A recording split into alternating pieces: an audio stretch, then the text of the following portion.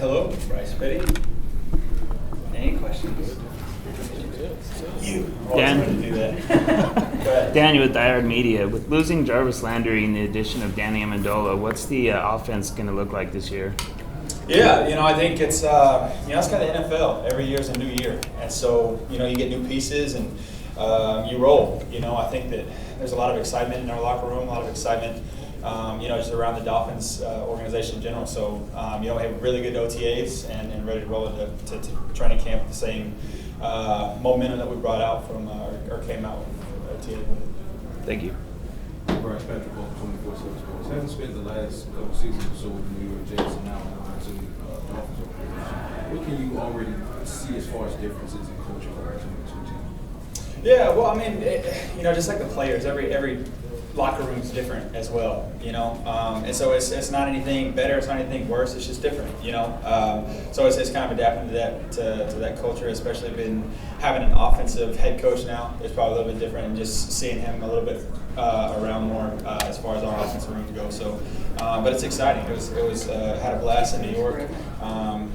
Couldn't thank them enough for the opportunity there, and then really excited to be a Dolphin now. What's your mindset heading into this season? Coming with the Dolphins in a situation that's, I guess, potentially with Ryan Tannehill, a lot of people feel like maybe he's not a long-term answer. Are you looking to come there and kind of establish a potential long-term presence with the Dolphins this season and really compete for, potential snaps down the road? Yeah, I think it's always kind of tough when you start looking at future stuff. Especially for me because I think too much anyways. So for me everything's day by day. I just want to be better today than I was yesterday at being a quarterback, at being a teammate, husband, the whole thing. So.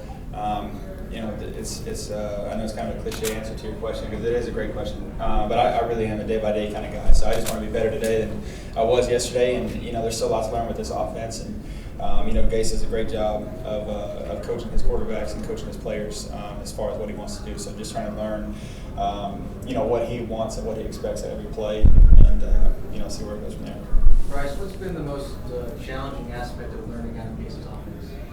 Well, I think just kind of the up-tempo part of it. I think that, at Baylor what we had and what we did was up-tempo, but the volume of things that, as far as plays that we ran, weren't near what we have in the NFL, which is obviously just because of, what you can do defensively. There's so many, schemes and concepts they can do, so you got to be able to combat that. So, there's the volume level is different, and just kind of being able to, again, like I told him, just to understand what he's wanting on each and every play that he's called. So, Peyton was a master of what he did, and Gase, Coach Gase has done a great job of being able to teach that. That's hard to do, and you have one of the greatest quarterbacks of all time, running that offense and being able to teach that to other players. So, it's been fun. It's been exciting the whole time.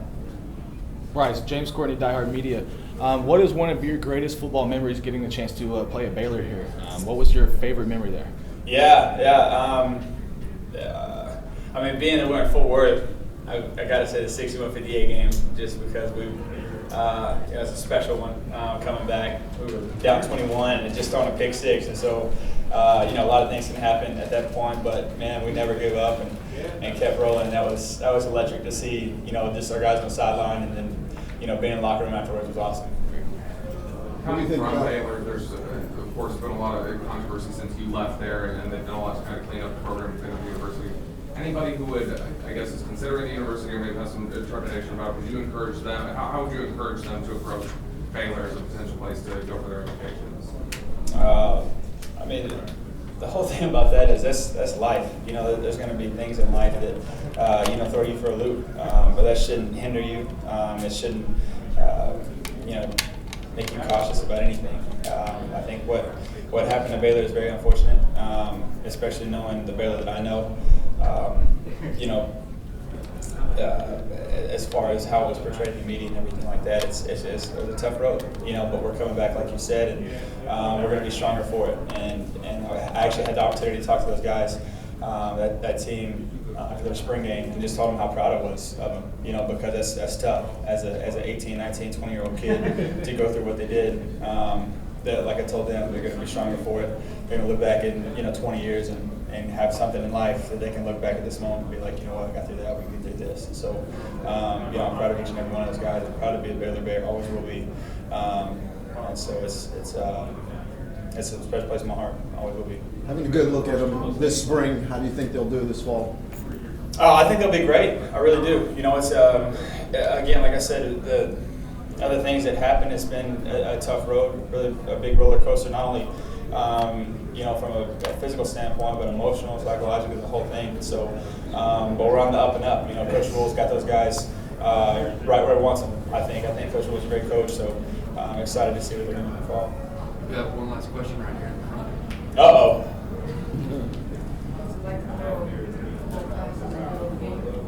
What's it like to throw a touchdown pass or just a pass? Yeah, man, it's great. It's so when you go out in July 15th and you're going out and throwing with your receivers and you have those moments of like, hey, this is going to happen in September. I always like to put myself in those situations. I'm like, hey, man, it's 3rd and 8 against the Bills. And we got a Bills fan back here, and we're making a charge on the right. So anytime that you can kind of put yourself in that situation, and then it happens in the game, it's so rewarding. But I mean, that's why I love football. I love football. I love football. I love football because it teaches you so much about life, and then you know the rewards you get from it are awesome. So does that answer your question? Cool. Thanks, guys. Thank you guys. Thank you.